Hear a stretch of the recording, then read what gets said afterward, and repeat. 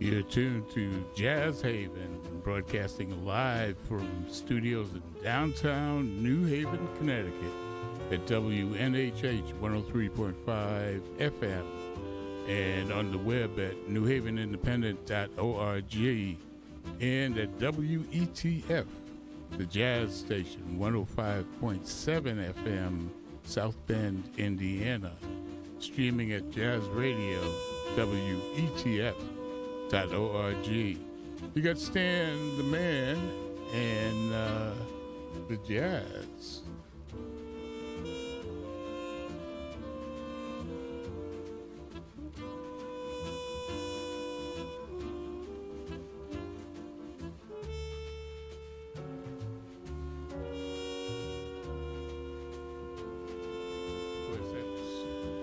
Of course, that's Miles Davis in the background. All blues, that's our theme here on Jazz Haven. We're fortunate once again to have a guest live in the studio with us. And it's part two of what we did on February 1st during Black History Month. I'd like to give a Jazz Haven welcome back to Jesse Hameen II. Welcome here, Cheese. Stanley, thank you for having me back again. It's good to be here. Now, it's good to have you here. A lot has happened in the month and a half since we last chatted. Now, you are now an Ellington Fellow at Yale University, which and you're the first and only New Haven artist to receive this award. Well, first, it was really an honor to receive that award, to have my name among such distinguished jazz masters. However, Willie Ruff also, he wasn't born in New Haven, but he's been here for so many years, connected to New Haven, and one of the pillars of the jazz community. So he also was awarded. So you could say Willie Ruff and me. Well, Willie Ruff lived in Branford, and I mean, I don't want to argue with you, but and he started this Ellington Foundation and the whole idea, because the entire Duke Ellington collection, all of his papers and works, are now at Yale University, and that I guess since back in the early 70s. But I'm just going to read some of the list. Now, there are only 62 people, you're number 62, who have received this designation. The first one was Duke Ellington himself, so he was an Ellington Fellow. How about Marian Anderson, Paul Robeson, Art Blakey, Max Roach, Charlie Mingus, Sweets Edison, Dizzy Gillespie, Dave Brubeck, Pearl Bailey, Billy Eckstein, Elvin Jones, James Moody, the three Heath brothers, Roy Haynes. That's just to name a few. I mean, I could go all through all of them, but you're among good company, brother. Blessing to be there. Yeah, well, that's quite an accomplishment. I'm very thankful. Quite an accomplishment. Very thankful for being.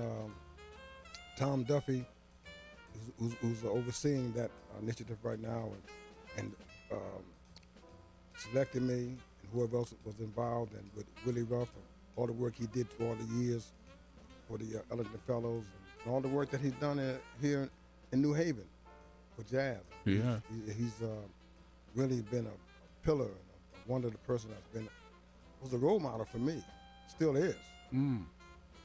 He's the artistic director for the Yale School of Music. Yes. Yeah. Now, also, since we last talked, you were part of a panel which discussed the documentary film Unsung Heroes, the Music of Jazz in New Haven. And you were in that film. Yes. Yeah, do you want to say a few words about that? Yes, that was a very good documentary. And it had a lot of people that was interviewed in it that is not with us right now. So there's a lot of good oral history there, and there's some pictures in there. I hope people can go look. I think it's on Vimeo. Unsung Heroes. Let's go to Vimeo. I believe that's where it is. And it talked about jazz in New Haven, all of the great stars that came in, and a big focus was done on Rufus Greenlee, who was the proprietor of the Great Monterey Restaurant Jazz Club. That was one of the wombs that bore me. Yes, yeah, I'm a product of the Monterey and many other musicians, and so many of the groups from out of town. They would come into New Haven and stay at the Monterey for a week, a month, sometimes longer than that. And upstairs, Mr. Greeley, he had an apartment upstairs, so the band didn't have to go to a hotel. They stayed in the apartment upstairs, so it was nice. Mm. Yes. It was that whole the video, that whole documentary, it talked about all the different jazz clubs that was in New Haven at that time. It's really good. I think it's a must-have for people that are interested in the development of jazz in New Haven, is how such a mecca that New Haven was during that time. It was very good environment. Very And I know you're proud of being from New Haven, Oh, yeah. and the fact that New Haven helped to nurture you to become who you are today. yes. I'm going to play something for you, and I want you to listen to it, and then I'd like to hear your comment. Thank you very much, ladies and gentlemen. Welcome to the world-famous Village Vanguard. Great to see you here this evening.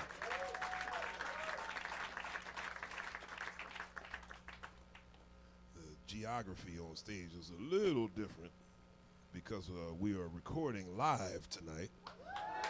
Yes. It is always a pleasure to be here at the world-famous Village Vanguard, as I have been saying for all this week and all last week. For the last 7 years, I've had a wonderful opportunity to come here every December. So this is like my home gig every December, and I don't take that for granted. So thank you to Lorraine Gordon and everyone here at the Village Vanguard. And thank you. I would like to introduce you to the members of the trio. On the drums, originally from Jacksonville, Florida. He's my ace. We've been playing together now for about a good 6 years. He plays not only in this trio, but also my big band and also my quintet, Inside Straight. And I like to call him my American Express card because I don't leave home without him. His name is Ulysses Owens Jr. Ulysses Owens Jr. Yeah, baby, where's your drink? Hey, come on. Our pianist, I think you will agree, he is one of the brightest shining stars in the jazz world today.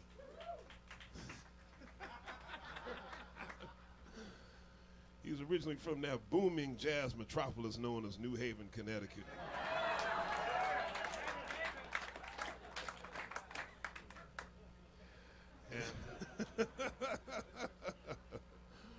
But you know, when I first met him, I was told that he had been mentored by the late great Dr. Billy Taylor in his preteens, and the late great Hank Jones. So anybody who was, 11, 12 years old getting to be around those grandmasters, they got something special in their sauce. And he's got that and more. Mr. Christian Sands, ladies and gentlemen, Christian Sands. Okay, so what do you think about that? Oh, every time I hear Christian's name mentioned, I feel so good, and like my blood tingles, because Christian, he's done so much at the young age that he is. He's definitely was a prodigy, and his parents recognized that, but they also were intelligent enough to know that potential he has is just ability. So they nurtured it, and they took him to neighborhood music school where he studied under the tutelage of piano tutelage of Rex Cadwallader, and then under other people like myself and Jeff Fuller, he was in our ensembles. And when he was 12, Jeff Fuller and we did a recording with him because I think, as I mentioned the last time I was on your show, that I told his parents that when I was young, I was in a band in New Haven with the late great Bill Fitch on congas, and the leader actually was Paul Huggins, who passed away. Paul played all of the percussion instruments, and he taught many people through the years. He taught many people in New Haven all the Afro-Cuban rhythms, Brazilian rhythms, West African rhythms, djembe, congas, all of them, those rhythms. So we had a band entitled the Cuban Nights, but we never recorded. That was back around 1950, 51, 52. So I told his parents, I said, if you could record him, so you have this history of his development. So we couldn't find any middle school or high school students because Christian was 12 years old then.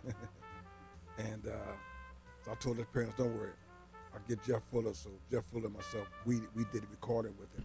And Christian still stays in touch with me. Matter of fact, we talked last week. Mm-hmm. What's today? Today is March 15th, isn't it? 15th, yes. 15th, yes. So Christian and I talked last week. We talk a lot. Oh. I talked to his father the day before yesterday. And, talked to Ryan yesterday. Yes. So 2 days ago was Ryan's birthday, matter of fact. Oh, the 13th. okay. Yeah. So Christian's younger brother. Drummer. Yeah, the drummer. Yes. So I started teaching Ryan when he was 4, going on 5 years old. Ryan is now this week he made 27. 27. And Ryan is going around the world, traveling on his own and with Christian and recording. He just had to put a new CD out. Mm-hmm. So when I hear that, I say yes. And what makes me feel good, say I can't take any credit for that, but my hand is in it, my spirit is in that. For sure. Well, one of the questions I had now, that little clip that I played earlier, that was bassist Christian McBride. Right, Christian McBride. And that was live at the Village Vanguard in New York, I think back in 2015 maybe. And the thing I sort of took issue with was that he was joking when he said New Haven was a jazz metropolis or a jazz mecca. And I don't know, I took offense to that because I think it is. Because he was laughing about it. I don't know. I didn't take offense to it because it was the jazz mecca, but it's not. It's coming back, but it's not the jazz mecca that it was. Oh, of course not. No, it's not. Before, you could go right on Dixon Avenue, and in one night you could not catch all of the sets. Yeah. That much music, and then in New Haven as a whole, you couldn't catch all of the sets in one weekend. Mm-hmm. There was too much music going on. So it was like a little Harlem. I mean, Harlem had a lot of clubs. I was talking to my youngest son, Najib Hameen, and Lou Donaldson. We were talking about 3 weeks ago,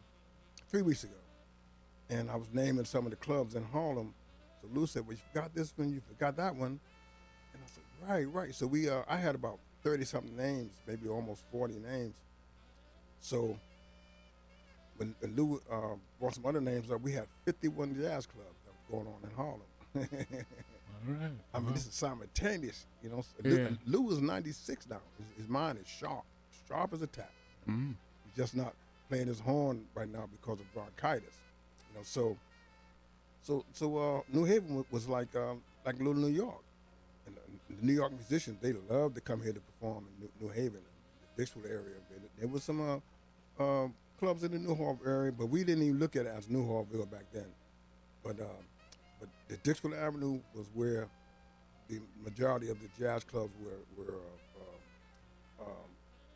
housed. Mm-hmm. Yes. So it was a mecca, and so that's why I didn't take offense Well, New York isn't what it was back when Charlie Parker was doing in 52nd Street was booming in New York. Right. So that's a problem. Big stuff was going on up in Harlem too. Right, so it's not the same either. Right, it's not the same. Right. Yeah. So we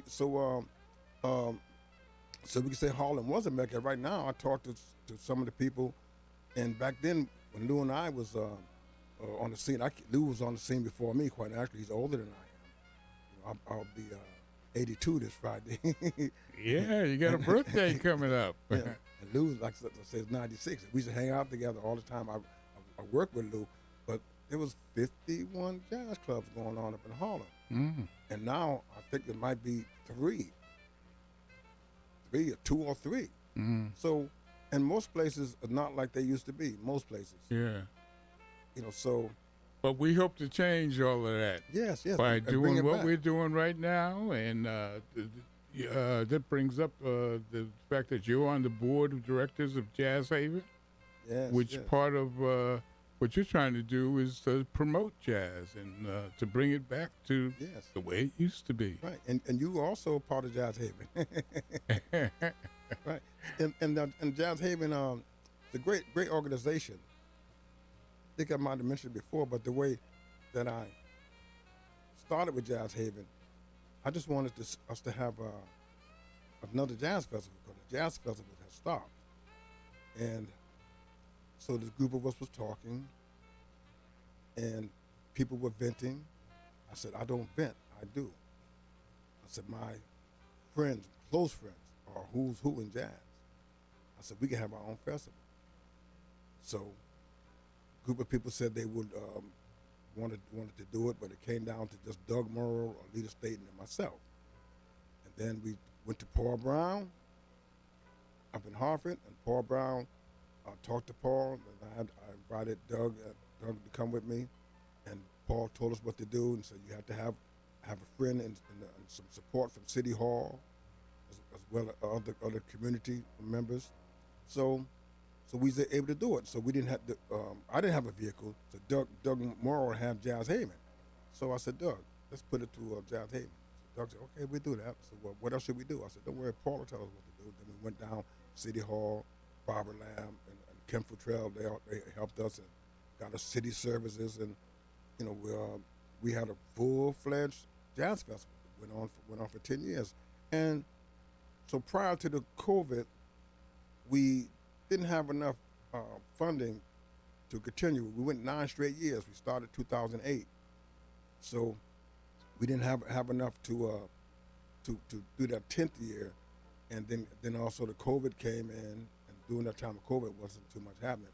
So, but we still have done some events, and we're still trying to support the local jazz musicians. When I say local, as I mentioned before, I don't care where you live, you're local. I don't care what your name is, wherever you live, you're local. If you to that particular geographical location where you are, you're local. Mm-hmm. So Jazz Haven, we're trying to support the local musicians and try to find innovative ways to still promote and educate people about jazz, and like your show, we have the jazz calendar. You always let people know. I tell people who want to know what's going on jazz-wise, check out the Jazz Haven website. Check out Stanley Welch's show, because now so Jazz Haven. That's what we're trying to do, and bring it back. And as you mentioned, so none of the places are what they used to be. What they used to be. I talked to Christian Sands last week. He said out there where he is in California, he moved to California, and it's slow there as far as the performance venue. He's the artistic director for the Monterey Jazz Festival. Yes. Yeah. Right. And that and some other things too. Plus he's still traveling with his own band, and he's very busy. He's doing a lot. I'm so proud of him, and people around the world are benefiting from his existence. Yeah, that's great. Yes. People even on YouTube trying to figure out what he's doing and saying, well, Christian Sands did this, Christian Sands did that. They try to break it down mathematically, theoretically, what Christian did. But Christian, he knows what he's doing, but he's coming from his heart. So I always told him, I said, come from your heart. analyze it afterwards. So let me ask you now. In late January, there was a press conference on Dixwell Avenue, dealing with the Dixwell Revival Project, and you were part of that with Dolores Greenlee and Marcella Monk Flake, and that was right in front of the Monterey. Yes. And the mayor was there, and I guess the city had just purchased the Monterey, so I guess they're going to do something there. But what are you now? You're involved with that, I assume. No, I'm not. Well, I'm just one of the people that the mayor had out there. Also, the minister from Beulah Heights was there, and so I'm Bishop Brooks. Yeah, Bishop Brooks. Uh-huh. Yes. I grew up with his father, Theodore Brooks. Okay. Yeah. So anyway, Bishop Brooks was there, and so we support the revitalization of the Dixville area, Dixville Avenue. My only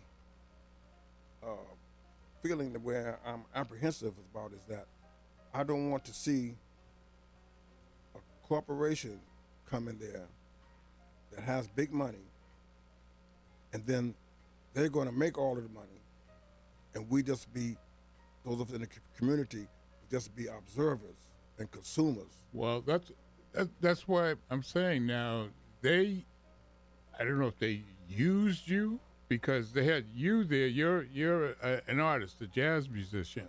They had Dolores Greenlee, whose father owned the Monterey, Rufus Greenlee.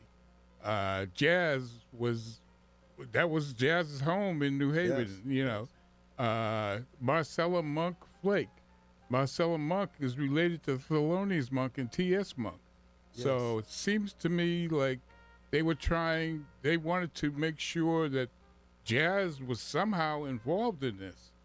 And I don't know. I mean, was this just a facade? Are they just using you three to make it seem like the community's involved? If you're not involved, I mean, what's going on? Yeah, no, so we don't have any involvement. So we support the fact that the Monterey is going to be reopened, and hoping that whoever the owners are will have some programming in there that's reflective of what was going on in the past. We know we can't be completely duplicated what was going on in the past. All right, because this is an election year now, and I hope the mayor isn't, running a game here and making it look like it's going to be something, and then they go and do with it whatever they want. You're not sitting at the table. Marcella Monk Flake is not there, and nor is Dolores Greenlee, right? Right. Okay, so the city will do what they want to do. Well, the city is going to. The mayor said that the city is hoping to sell it to a viable nonprofit corporation that has an interest in continuing something with the arts. Mm-hmm. And I hope it's successful. I really do. Well, you have the mayor's ear on that now. I think if something comes up and if you don't like it, are you going to say something to the mayor? Well, I don't know how much of the mayor's ear that I have. But, he had you speaking on behalf of it. It seems to me that you would, you would be able to say, wait a minute. But if something is going to develop there that I feel that I'm not comfortable with, I definitely would speak out on it. Absolutely. Okay. Yeah, and throughout the country, there's well, how can I say this? There's plans that's going on in the African American communities, and because we don't have a lot of the access to some of the financial institutions with a good in place Community Development Corporation, CDCs. I think we have to have more CDCs. So a lot of us, we just resort to apathy when it comes to our communities. And others come in, see the opportunity, and build, like New Haven, Dixville area, they're building serious projects over there. They're building senior citizens centers and science park. They're putting up 400 apartments and 21 townhouses right over where I live. Over near Winchester. Yes. And already part of the Winchester factory had been developed into what they call the Winchester Lofts. And I went in there, my wife and I, for the grand opening, and it's beautiful in there. But I like what Eric Clemens and Paul McCraven are doing. With the Dixwell Plaza. Yeah, Dixwell Plaza. And I sure would hope that since no one has purchased that, I sure hope they get it. Because then I feel comfortable because they're already invested in the community. We see what they've done with the youth and everything. So they're invested in the community. I would love to see them get it. Yeah. If they got it, my heart would be at rest. I know the right thing would be done. Absolutely. Paul McCraven's brother, Steve McCraven, is a drummer. Yes, he worked with Archie Shep. Yep. And he's living in Paris. Right. And Paul McCraven's daughter is working over Victoria McCraven over at Next Haven. Yeah, that's correct. Yes. So that's a venue that's there that's where we have the screening of the documentary Unsung Heroes. Unsung Heroes, and so she's dealing with programming over there. So people that if you have some type of program you like to do, check out Next Haven. It's very, very nicely. The decor is nice. The way the architecture did the renovation in there. The architecture design is nice. It's comfortable. It's modern, and so I was there for our event. Then I was there for a book reading, and actually it was a book signing, and they read a portion of the book. And the artwork, I forgot the artist, and the artist, he's the one that did the artwork that's dealing with the chain gang. Mm-hmm. And he's actually, he passed away, but he's one of my cousin's father-in-law. I forget his name. Rembert. Yes. So yes, I'm on the activist side. We have to be more involved. I try to get involved. We have to be at the table, but we have to have some faith in ourselves and put some money together ourselves and have our own CDCs. I'm working with a group in the Dixville-Newhallville area, to do that same type of initiative. I'm working on a committee that I'm co-chairing a committee for economic development, for entrepreneurship, to help find out different entities, opportunities that are available here in Connecticut, so people can get into business. Like for instance, there's one I think is underutilized, and there's some issues with it. People that told me they have some problems with. That's the was it America Works? America Works. So this is a initiative where people can come in, they can get their GED, they can get their money for college, they can go into different trades, all the different medical professions, phlebotomy, X-ray, dental technician, all that. They can go to college, and they also can get paired with different industries, and also people that own businesses can hire them, and they'll get a stipend from the government for hiring those people. So there's a lot. I'm trying to get that information, bring it to the community. So we have to be involved. You got your hand in a lot of things. That's excellent. Yeah, Great. I don't know about a lot, but I'm just trying to in any area that I feel that I could be effective in. I want to do it. I pray every day to God to bless me and all my wife and all my descendants and their offspring to bless us so that our lives will be beneficial to others. So whatever I do, whatever God bless me with, then it's not for me. It's for me to share and try to help other people be strive for excellence in whatever they're doing. So I call myself Jesse Cheese Hameen II, I call myself a human excellent advocate. So that's all I'm trying to be involved. Humanitarian. All right. We're going to take a brief break here. We're going to play from 2002, Christian Sands, Jeff Fuller on bass, and you on the drums. This is Wave.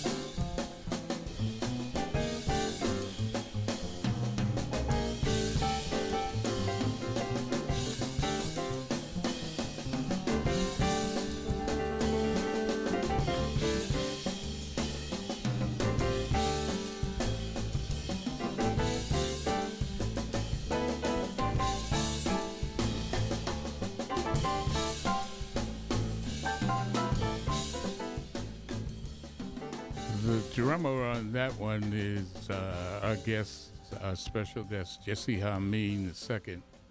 Christian Sands, piano, Jeff Fuller on the bass. I'm sorry? Let me say something on that. Now, we listen to that. I haven't heard that song in a long time. Now, no one would ever guess that was a 12-year-old playing piano like I know. that. I mean, that is a gift. You know, Absolutely. that young man was touched, and God touched him. Yeah, that was 2002. You cannot teach that. You could teach people theory, you know, how to play the chords, the theoretical side of it. But that talent, that feel that comes from the heart like that, I mean, most people entering college right now cannot play on that level, that feel that he's done. Most people, a lot of them graduating from college, cannot play on that level that he did, perform with the emotion, the intellect, you know, telling a story like that, rhythmically, you know. So yes, so and Christian, I'm so happy that God blessed me to be affiliated with him and his family, you know. Yeah, but even the fact that he had I don't know, if I were 12 years old, I don't know, even if I was a 12-year-old musician playing with adult musicians who are, you know, have already recorded and have already been in the business for years, it would be, I don't know, I would have difficulty with that. But it sounded like, you know, he was as comfortable as he could be. Well, you know what happened? I talked to him. I said, Christian, I said, this is your CD. Forget about Jeff Fuller. Forget about me from an instructor's standpoint. I said, people, one of the problems people have is hats. What I call a hat, in other words, you can wear a hat, like you and I can wear the hats. Well, we music lover hats. Right now, you are doing the interview. I'm the interviewee. You know, we both are. That's my hat. It's my hat. Yeah. So people got to know what hat to put on. Exactly. Sometimes you might be the teacher. I'm the student. We might wear the hat of citizens of the United States. We wear the hats of being citizens of New Haven. We wear the hat of being African American. We might wear the hats of whatever we're involved in on different levels. You know, so sometimes people wear one hat, and if someone's a teacher, then forever, every time they look at you, that's my student. Not knowing that you can learn something from that individual. Somebody's whatever. If you're in a church or any kind of religious institution, someone's your preacher or your priest or your rabbi or your imam. So every conversation, a lot of them, when they have with you, they wear that one hat. No, sometimes they're your student. So that's why I told Christian, I said, relax. We are not here in teaching mode. You know, I said, Jeff, forget the teaching mode.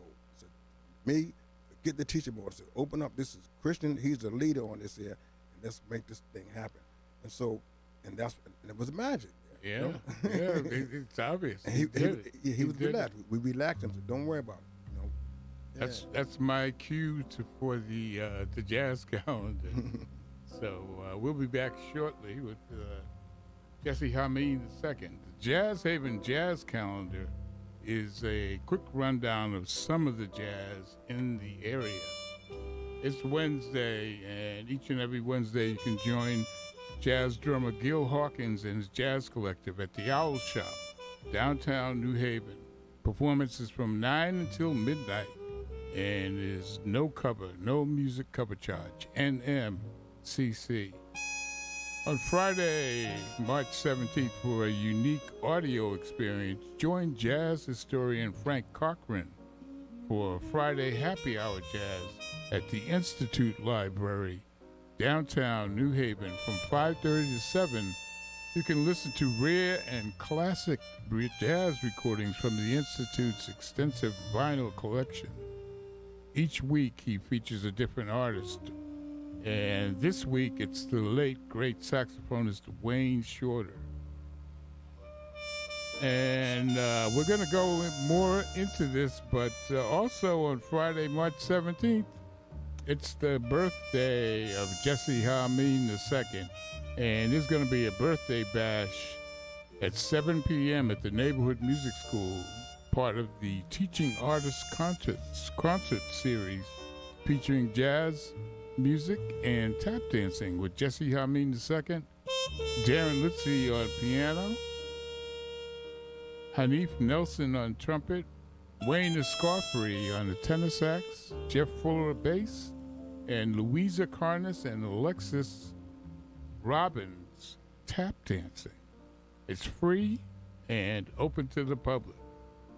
And this weekend up at Connecticut's premier jazz spot, the Side Door Jazz Club, at the Old Lime Inn. On Friday, it's trumpeter Dominic Farinacci and his quartet. And on Saturday, it's James Barnett and Makiki.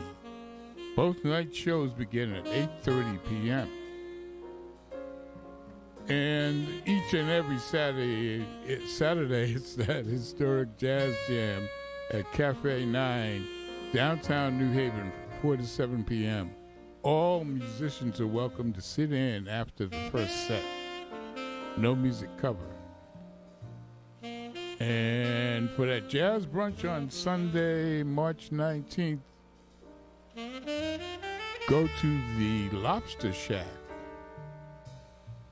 in East Haven. The brunch runs from 11 a.m. to 1:30 p.m. And this Sunday's featured artists are bassist Jeff Fuller and guitarist Joe Carter. For reservations and information, call 203-483-8414. No music cover charge. And finally on Tuesday, join vocalist Kevin St. James and his quintet at Christopher Martin's, New Haven. Music is from 8 to 11 p.m. NMCC. That concludes the jazz calendar for the week. Go to jazzhaven.org for the complete calendar and updates. And check out some live jazz this week. It's America's only original art form.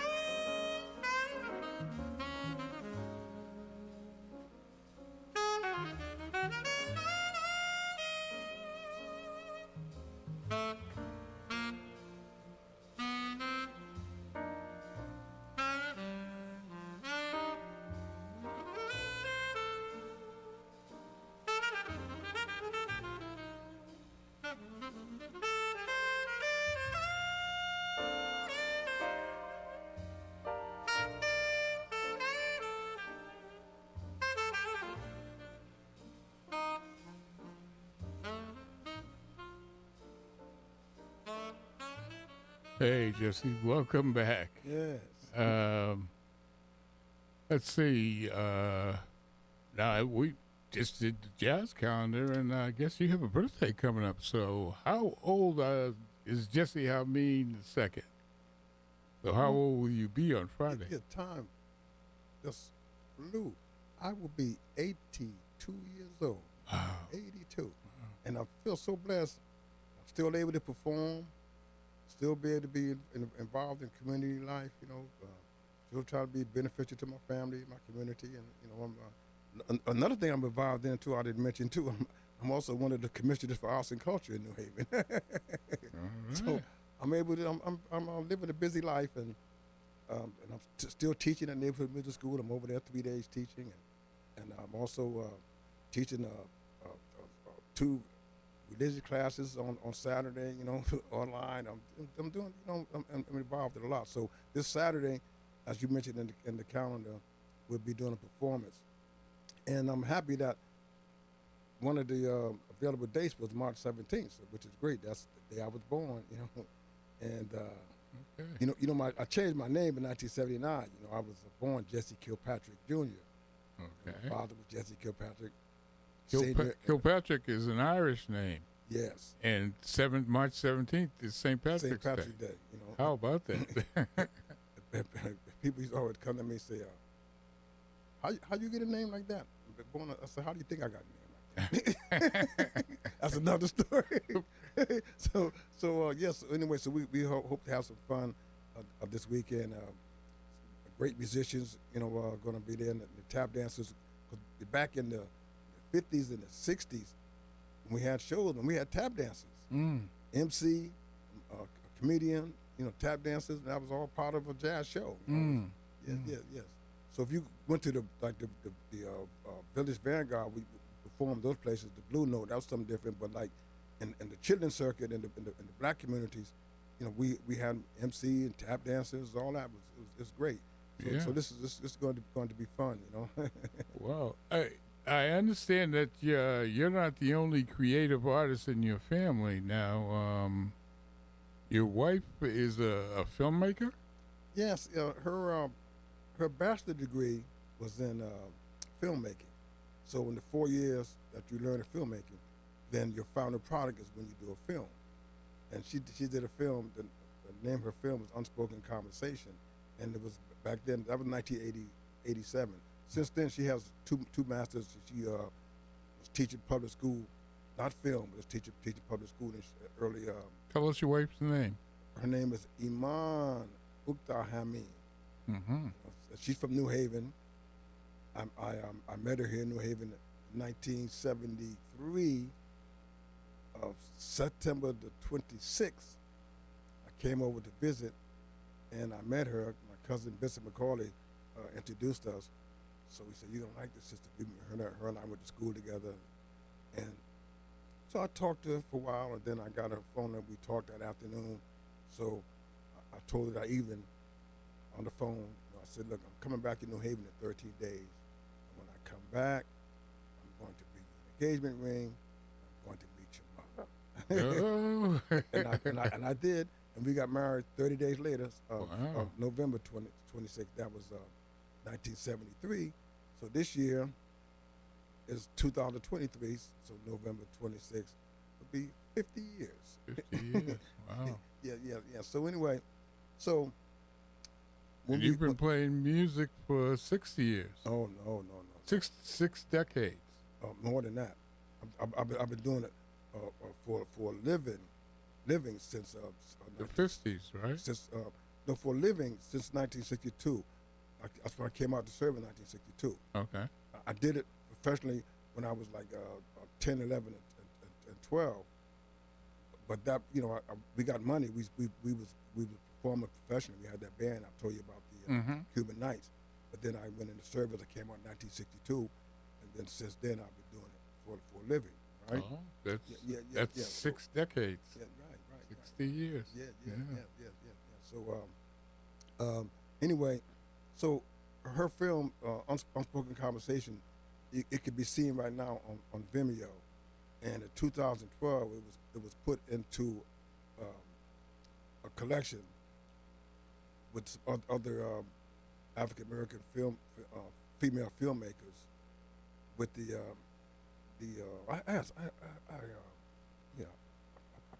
I put on my notes so I can get this right. I'm gonna the big time people on the TV, they have teleprompters, right? Mm-hmm. so I put some notes so I get everything because it's very important. Yeah, absolutely. It was at the University of Chicago. They flew us out, paid for all the hotels, the flights. The When food. was that?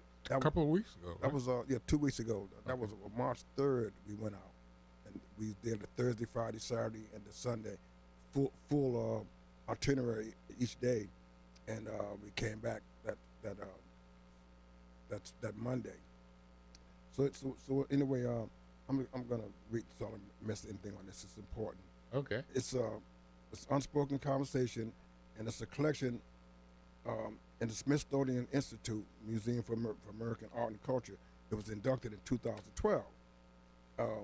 It's in the Pearl Bowser collection, and she's a noted filmmaker and archivist. And so the reason the film and the other films that were the filmmakers was in that collection, they get more recognition now because the popularity of Kathleen Collins. She was a great filmmaker, and she had 2 independent feature films. So she was innovator, and so she was one of my wife's Iman's teachers at the Picker Film Institute when she was in City College in New York, right? And so Kathy Collins' film is shown on Turner Movie Classics. She has two feature films, and the Unspoken Conversation was broadcast on the Learning Channel and PBS, and a part of a women's series in 1990, and it received some numerous awards. But anyway, there's a lot of other notes here, but it was great. I did the score for the film. It's black and white. It's a short film, 29 minutes, and right now you can see it on Vimeo for a while, and hopefully next year it's going to be shown here in New Haven during the Juneteenth. Oh. Yes. For the last, I guess this will be the 11th year, 12th year. Will it be this June? Yeah, this Juneteenth. My wife and daughter. My wife's Iman. Your daughter Hameen. is another creative artist. So yeah, they've been doing Juneteenth here way before people didn't know what Juneteenth was, and my wife is on the National Juneteenth Committee. Mm-hmm. So and my daughter's doing a lot of different things also. So yeah, they've been doing that. There was an article on her in the New Haven Register 2 weeks ago in the Sunday Register. Right, and I just want to say this also, and they didn't do Juneteenth by themselves. They're doing this in collaboration with the international the arts festival. Arts and Ideas. Arts and Ideas Festival. International Festival. Arts and Ideas. Arts and Ideas. Yeah, that's a good organization, and it's another good organization that they are serving the community, and they need our support because they let the community speak. Mm-hmm. That's what's good about an organization like that. We need those kind of organizations. Okay, we've got approximately 4 minutes. So Jesse, we're going to play one of the tunes from your last recording, and I want to ask you: are you going to record again? Oh yes. How soon can we expect something from you? I'm working on some things now, and I did one recording that we didn't release yet, but I'm working on something now. Oh, okay. Yeah, getting the music straight now. All right, we'll look forward to that. This is from your recording "Sign of the Times." Jesse Hameen II.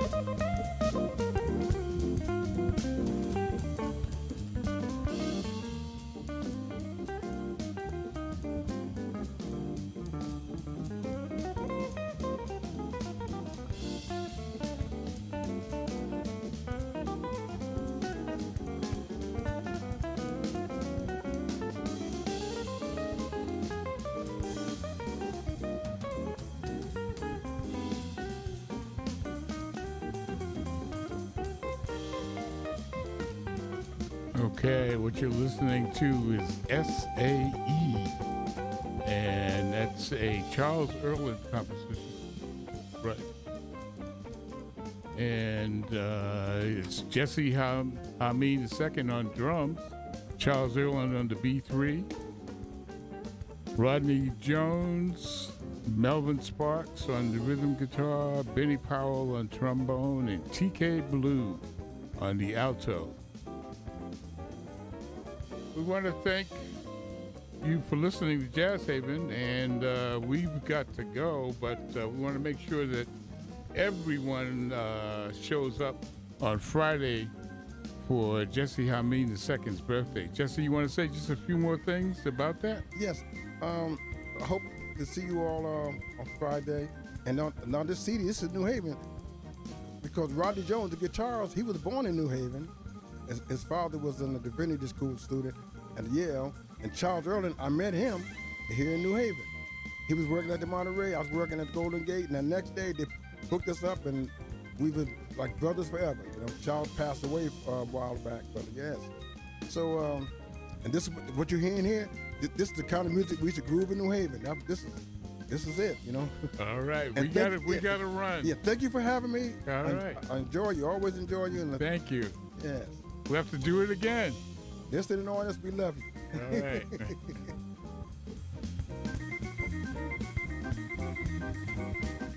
Stop a baby's heart? Isn't a child with a rising fever, cough, and chills enough to make your heart skip a beat?